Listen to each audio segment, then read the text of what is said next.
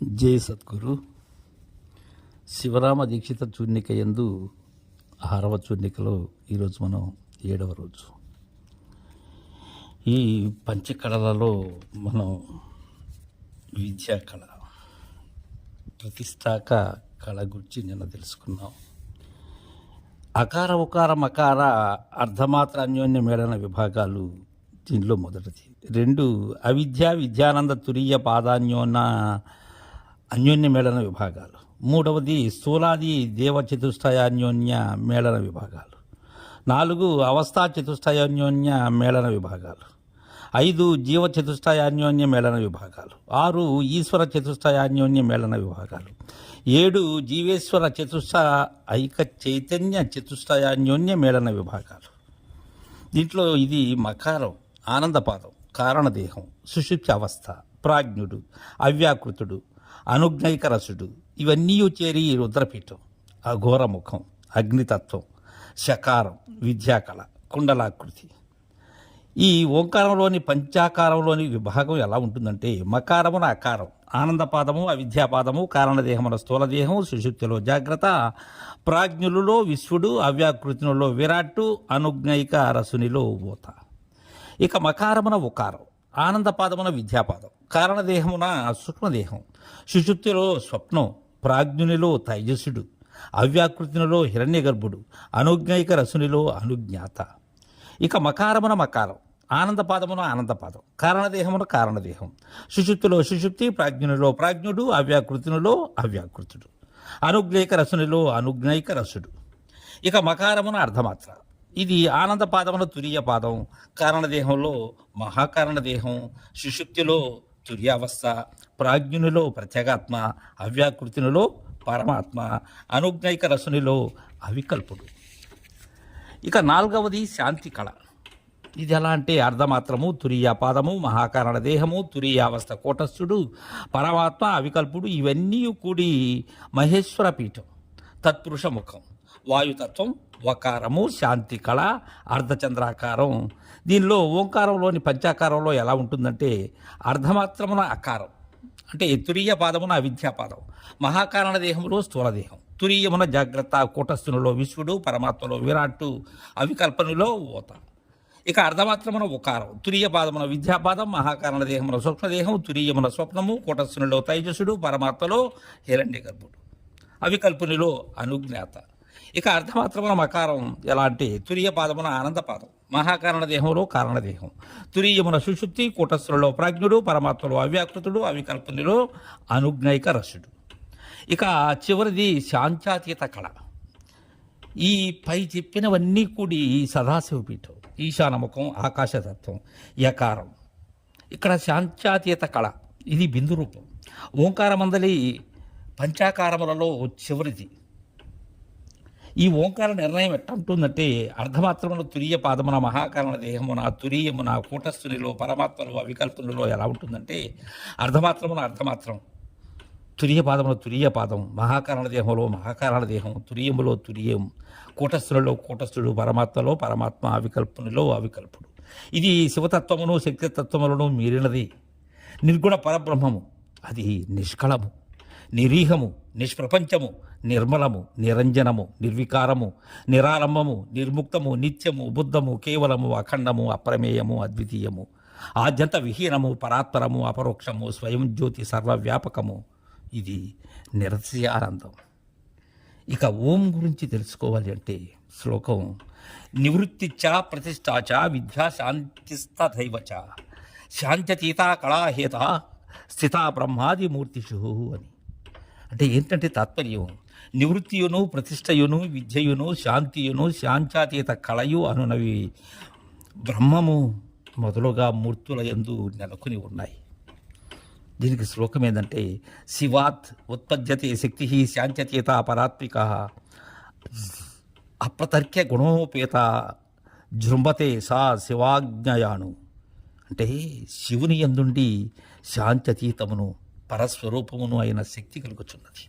అది శివుని ఆజ్ఞచే ఇట్టిదని నిరూపింపరాని గుణములతో కూడినదై విజృంభిస్తూ ఉన్నది. ఇక్కడ మనం పంచబ్రహ్మ కళల వివరాన్ని కూడా తెలుసుకోవాలి. ఒకటి నివృత్తి కళ, 2 ప్రతిష్టాకము కళ, 3 విద్య కళ, 4 శాంతి కళ, 5 శాంత్యాతీత కళ. ఇక్కడ నివృత్తి కళ అంటే జనన, బాల్య, యవ్వన, కౌమాజ, వృద్ధాప్య, మరణావస్థలను పొందింపజేసి బ్రహ్మాధిపతి పృథ్వీ రూపమునందు నివృత్తి కళ చేతనే నడిపిస్తూ ఉంటాడు. ఇక రెండవది ప్రతిష్టాక కళ అంటే శాశ్వతముగా సృష్టినంతయు పోషించు వృత్తి చేత ఆ విష్ణువు జలభూతమందుండి శాశ్వతముగా కీర్తి ప్రతిష్టాపనమై ఉంటుంది. ఇక 3 విద్య కళ అంటే జ్ఞానం. ఇది 3 కాలముల యందును నాశనము లేనిది. రుద్రుడు ఇక్కడ అగ్నిభూతమందుండి విద్య కళ చేత జ్ఞానాభివృద్ధిని పెంపొందిస్తూ ఉంటాడు. ఇక 4వది శాంతి కళ. ఓర్పు కలదై వాయుభూతమై ఈశ్వరుడు శాంతి కళ యందు ప్రశాంతముగా ఉండువాడై ఉంటాడు. ఇక శాంత్యాతీత కళ అంటే శాంతికి అతీతుడై సదాశివుడు ఆకాశభూతమందు ఏ గుణములు లేక తానే శబ్దగుణకముతో కూడినదైనందున శాంతాతీత కళ యందు అక్కడ కొలువు తీరి ఉంటాడు. ఇక పంచ విషయ శక్తులు ఎలా అంటే ఇవి 5 శక్తులు. మొదటిది క్రియాశక్తి అంటే పని చేయించేటువంటిది. ఇది తన శక్తిచే సమస్త కర్మాలని చేయిస్తుంది. పుణ్యపాప కర్మలను వాటి ఫలాల్ని కలుగజేస్తుంది. ఇక రెండవది జ్ఞానశక్తి అంటే జ్ఞానమే పరమావధిగా చేయున్నది. మానవునకు జ్ఞానము ముఖ్యం. జ్ఞానము నుండిననే సమస్తము చేసేదానికి వీలవుతుంది. ఇట్టి జ్ఞానము మానవుని జీవితమునకు కావలసి ఉన్నది. కానీ ముఖ్య జ్ఞానము తనకు మోక్ష పదవి నొసంగున్నది. అది సద్గురువులచే పొందదగి ఉన్నది. అట్టి జ్ఞాన సంపదను ప్రతి ఒక్కరూ సంపాదించుకొనదగినది. ఇక 3వది ఇచ్ఛాశక్తి అంటే తన ఇష్టమున్నట్లుగా చేయున్నది. ఈ ఇచ్ఛాశక్తిచే జీవుడు తనకు ఏది సమ్మతమో ఆ కార్యమును సందేహించకుండా చేస్తూ ఉంటాడు. తన సమ్మతమే లోక సమ్మతమని సమస్త కర్మలను చేయుచు జీవుడు మోసపోతున్నాడు. కానీ గురువులచే తెలియబడు విషయములందు ఆ ఇచ్చ ఉండటమే ముఖ్యం. ఇక 4వది ఆదిశక్తి అంటే మొదటి శక్తి అని అర్థం. జీవుని హృదయమందుండి సూత్రాత్మ రూపముగా ఉండి ఇది వాయురూపంగా నడిపిస్తూ ఉన్నది. అలాగే సర్వసృష్టి యందు ఆదిశక్తి వాయురూపంలో ఉండి సమస్త జీవకోట్లను కల్పిస్తూ ఉన్నది. ఇక చివరిది పరాశక్తి. ఇది 5వది. అనగా మనకు గోచరము కాకుండా ఉండేటువంటిది ఈ పరాశక్తి. ఇదే సృష్టికి మూలం. అది లేకున్నతో సృష్టియే లేదు. కావున పరాశక్తితే సృష్టి రచన కావించబడుతూ ఉన్నది. కావున ఈ పంచశక్తులు సృష్టికి ఆధారం. ఇవన్నీ కూడిననే ఒక కార్యం కాగలదు. ఇవి ఒకటి కన్నా ఒకటి సూక్ష్మమై ఉన్నవి. ఎట్లనగా క్రియాశక్తి కన్నా ఇచ్ఛాశక్తి సూక్ష్మం, ఇచ్ఛాశక్తి కన్నా జ్ఞానశక్తి సూక్ష్మం, జ్ఞానశక్తి కన్నా ఆదిశక్తి సూక్ష్మం, ఆదిశక్తి కన్నా పరాశక్తి సూక్ష్మం. ఇట్లు పంచశక్తులు సూక్ష్మాతి సూక్ష్మములై ఉన్నాయి. ఇక పంచకర్తలు వీరే పంచబ్రహ్మలు. ఎవరంటే బ్రహ్మ, విష్ణు, రుద్ర, ఈశ్వర, సదాశివులు. ఈ 5. దీనిలో మొదటిది బ్రహ్మ. ఈ పంచబ్రహ్మలలో సృష్టి ఎట్లంటే పరాపరమందు పరం, పరమందు శివం, శివమందు శక్తి, శక్తి యందు నాదం, నాదమందు బిందువు, బిందువందు సదాశివం, సదాశివమందు మహేశ్వరం, మహేశ్వరమందు రుద్రుడు, రుద్రుని యందు విష్ణువు, విష్ణువు యందు బ్రహ్మ, బ్రహ్మ యందు ఆత్మ, ఆత్మ యందు దహరాకాశం, దహరాకాశం వలన వాయువు, వాయువందు అగ్ని, అగ్ని యందు ఉదకం, ఉదకమందు పృథ్వీ. ఈ విధముగా పంచబ్రహ్మముల వల్ల పంచభూతాలు కలుగుతూ ఉన్నాయి. దీనికి శ్లోకం సా శక్తి పంచదా భిన్న భవతి బ్రహ్మరూపిణి పంచభూతాత్మిక నిత్యాగత్యస్య అసీదిదం జగత్. అంటే ఆ బ్రహ్మస్వరూప శక్తి భిన్నమై 5 విధములకు ఉన్నది. నిత్యమైనదైనటువంటిది, పంచభూత స్వరూపము కలది అయినటువంటిది. ఈ జగము దానిచే అవుతూ ఉన్నది. ఇక రెండవది విష్ణు. ఎలా అంటే విష్ణు తత్వోదితో బ్రహ్మ పృథ్వీ తత్వే వ్యవస్థిత ఏవం పరాశక్తి జాత విశ్వసాహ పంచమూర్తయ. అంటే విష్ణు తత్వమునందుండి ఉదయించి బ్రహ్మ పృథ్వీ తత్వమునందు నిలుస్తూ ఉన్నాడు.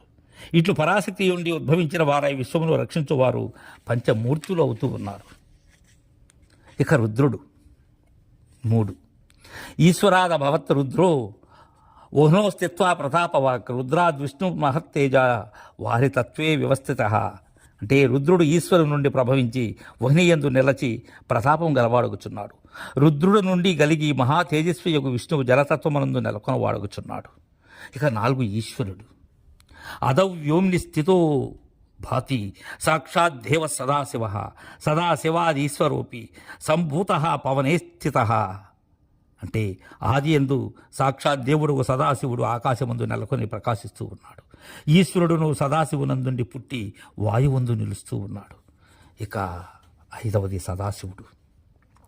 తయా శివాజ్ఞా ఏతా వర్తంతే సుమహోజ్వల బ్రహ్మణో దేవతా దైత్య ముపయో మానవా స్థిత. దీనికి తాత్పర్యం ఎలా అంటే, ఆ శివాజ్ఞచే ఇవి మంచి మిక్కిలి ఉజ్వల ప్రకాశము కలవి అయి ఉన్నవి. బ్రహ్మ నుండి దేవతలు దైత్యులు మునులు మానవులు నెలకొని ఉన్నారు. తరువాత పంచకర్తృత్పత్తి. స్వేదజ అన్నజ సర్వే ప్రాణివచ్చ జరాయుజా తృణగుల్మలతా వృక్షాధ్యనయోకోద్భిజ్య కోటయ గిర్య నరితచ్చాన్యే సముద్రాచ్చ నరాంపి చ సంభవంతి క్రమేణైవ తస్మాత్ జగత్. అంటే స్వేద జలములను అండజములను జరాయుజములను అయిన అన్ని ప్రాణులు, తృణ గుల్మ లత వృక్షాదులకు అనేక ఉద్భిజ్జ కోటులు, పర్వతములు, నదులు, సముద్రములు, తటాకములు క్రమముగా సంభవిస్తూ ఉన్నాయి. కావున జగమంతయు బ్రహ్మ శివమయమే అగుచూ ఉన్నది. దీనిలో మొదటిది సృష్టి. బ్రహ్మ రజోగుణముచే జీవకోట్లను సృష్టింపచేయుచున్నాడు. ఇలాంటి బ్రహ్మ సృష్టికర్త అయి తన సత్తా చేత బ్రహ్మ తన్మాత్రలైన శబ్ద రూపరసగంధములు సూక్ష్మములు, వీటి స్థూలములే శబ్దమునకు ఆకాశమును, స్పర్శకు వాయువును, రూపమునకు అగ్నియును, రసమునకు జలమును, గంధమునకు పృథ్వీయు కలిగాయి. పంచభూతాంశ గుణములు 15 కలవు. ఇవి 15 మొత్తం. ఇట్టి సంపూర్ణ గుణములు పృథ్వీ ఎందున్నట చేత 84 లక్షల జీవోపాధులు సృష్టించబడినవి.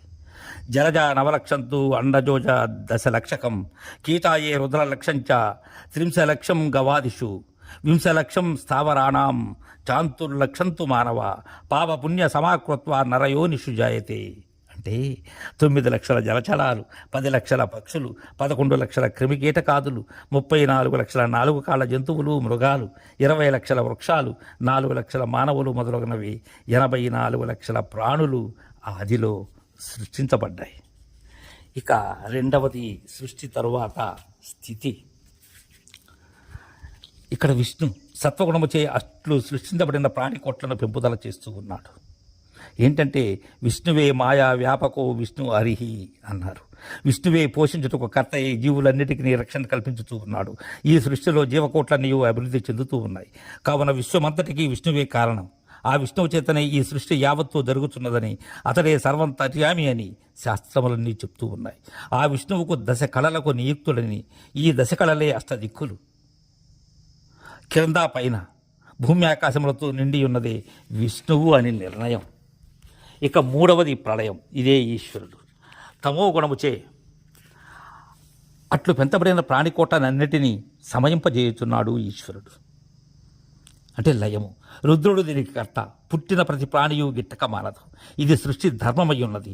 దీనిని మార్చడానికి ఎవరికీ సాధ్యపడదు. పురాణ పురుషులు కానీ అవతార పురుషులు కానీ మరణించక ఉండలేరు. ఒక ఆకారము ధరించినప్పుడు ఒకప్పుడు కాకుండా మరొకప్పుడైనా ఆ స్వరూపమును విడిచిపెట్టవలను. అందుకే భగవద్గీతలో అక్షర పరబ్రహ్మ యోగమందు 18, 19 శ్లోకముల యందు ఆ బ్రహ్మమునకు 1000 మహాయుగములు పగటి కాలము 432 కోట్ల సంవత్సరములు జరుగుతూ ఉన్నది. అలాగే రాత్రికాలం కూడా 1000 మహాయుగములు 432 కోట్ల సంవత్సరాలు. ఇట్టి రాత్రికాలములో సమస్త ప్రాణికోట్లను పంచభూత సముదాయము ఏ విధముగా సృష్టించబడినదో ఆ విధంగానే సమస్తము లయిస్తూ ఉన్నాయి. భగవద్గీత ప్రామాణికం. దీనిని ఎంతటి మహాత్ములైనను అధిగమించలేరు. ఇది సృష్టి ధర్మమని చెప్పవలసినదే. ఇక్కడ విశేషణం ఏంటంటే జీవులన్నీ ప్రాణము నుండి జనించి దాని యందే లయమవుతూ ఉన్నాయి. మానవుడు నిద్రించినప్పుడు నిశ్చయముగా వాక్కు శ్వాసల యందు లయిస్తూ ఉన్నది. నేత్ర శ్రోత్ర మనస్సు కూడా శ్వాస యందే లయిస్తూ ఉన్నది. మేల్కొన్నప్పుడు శ్వాస నుండి ఉత్పన్నమవుతూ ఉన్నది. కావున జీవుల యొక్క ఉత్పత్తి స్థితి లయములు ముఖ్య ప్రాణముతో సంబంధింపబడి ఉన్నాయి. ఇక సర్వసాక్షి నాలుగవది. తత్సాక్షికం భవేత్త తత్ యజ్ఞదే నానుభూయంతే కశ్యాప్యవనుభూతార్థే సాక్షిత్వం నోపయుజ్యతే. లోకములో ఏ పదార్థము ఎవని వలన అనుభవింపబడుతున్నదో ఆయా వస్తువులకు అతడు సాక్షి అవుతూ ఉన్నాడు. అట్లు అనుభవింపబడిన ఎడల అనుభవమునకు సాక్షిత్వము కలుగదు. తాను అనుభవించిన దానికి తాను సాక్షి అవుతూ ఉన్నాడు. కానీ అనుభవింపని వస్తువునకెవ్వడను సాక్షి కాజాలడు. ఇది లోక ప్రసిద్ధము. లోకములో ఒకానొక పురుషుని యొక్క అవస్థా వ్యాపారములు సాక్షాత్తుగా చూచుటయే సాక్షిత్వం. ఉదాసీనుడుగా ఉంటున్న సన్యాసి వచ్చుచున్న వారి వ్యాపారములు గాంచుతూ నిర్వికారుడై ఎటులు ఉన్నాడు. ఆత్మ కూడా అలాగుననే జీవుల అవస్థలను, తద్వ్యాపారములను, అవస్థలో గల జీవులను చూచుతున్నను ఏ వికారము అందకుండా ఉన్నది ఆత్మ. ఇది ఏ సాక్షిత్వం. ఇటుల వాసుదేవ యతీంద్రుడి వాక్యం ఇది. కనుక ఆత్మయే శరీరేంద్రియములను, తద్వికారములను గాంచుతూ సాక్షిగా ఉంటూ ఉన్నది. ఆత్మయే తన సాక్షిత్వమును, తానే అన్నిటికీ సాక్షిగా ఉండుటను అనుభవించుతున్నాడు. అందువలననే లోపలనున్న ఆత్మ అంటే అంతరాత్మ సాక్షాత్తు స్వయముగా సర్వసాక్షి. అతని కన్నా మరి ఒకడు లేడు. ఇందు అద్వైడును విషయము కూడా సిద్ధించినది. తర్వాయి రేపు ముచ్చరించుకుందాం. జై గురుదేవా.